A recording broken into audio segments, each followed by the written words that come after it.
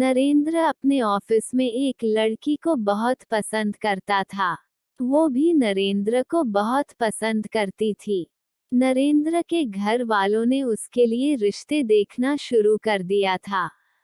इसलिए एक दिन अच्छा मौका देखकर नरेंद्र ने उस लड़की को शादी के लिए प्रपोज कर दिया। शादी का नाम सुनकर लड़की ने सीधा इनकार कर दिया।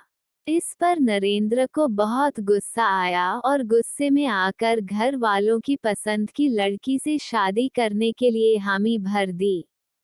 घर वालों ने नरेंद्र से कहा भी कि वो एक बार चलकर लड़की को देख ले, पर नरेंद्र ने कहा, आपकी पसंद ही मेरी पसंद है।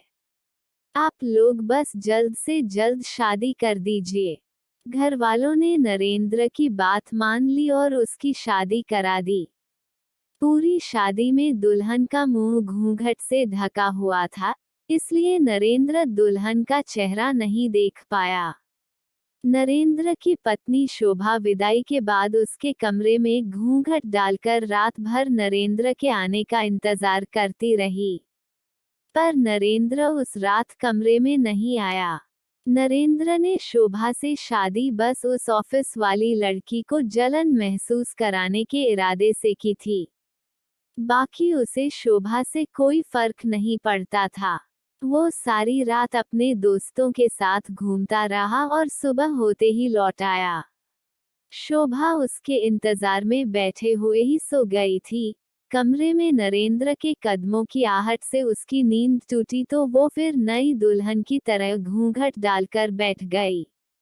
नरेंद्र ने उसकी तरफ देखा और कहा, देखो तुम मुझसे कोई उम्मीद मत रखना।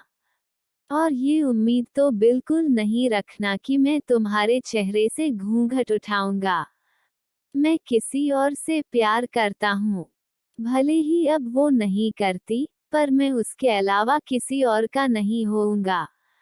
नरेंद्र की बात सुनकर शोभा के आंसू उसी के पैरों पर टपकने लगे। रोते हुए शोभा बोली, तुम सच में मुझसे इतना प्यार करते हो? शोभा की आवाज सुनकर नरेंद्र पूरी तरह चौंक गया। वो सोचने लगा, अरे नहीं, ये तो मेरे प्यार, मेरी शोभा की आवाज है। क्या हुआ, अब भी मेरा घूंघट नहीं हटाओगे? शोभा ने कहा तो नरेंद्र ने बिना देर किए घूंघट हटा दिया। आह, तुम दुल्हन के रूप में कितनी सुंदर लग रही हो, मेरी शोभा, मेरी पत्नी शोभा। नरेंद्र खुशी से बावला हुआ जा रहा था कि ये वही लड़की है जिसको मैं हमेशा से अपनी पत्नी बनाना चाहता था।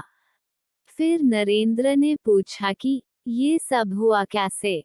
तो शोभा ने बताया कि एक दिन नरेंद्र की माँ ने उनकी बातें सुन ली थी और वो समझ गई थी कि नरेंद्र उसे पसंद करता है। फिर उन्होंने नरेंद्र के फोन से नंबर लेकर शोभा को फोन किया और सारी बातें की। शोभा की तरफ से हाँ सुनकर उन्होंने उसके घर वालों से शादी के लिए बात कर ली। शोभा उसे सरप्राइज देना चाहती थी, इसलिए शादी के लिए मना किया। लेकिन नरेंद्र इतना अकड़ू था कि शादी से पहले एक बार भी मिलने को राजी नहीं हुआ और सरप्राइज इतना लंबा खींच गया। नरेंद्र को अपनी बेवकूफ़ी पर बहुत हंसी आई और दोनों ने अपने नए रिश्ते की शुरुआत की।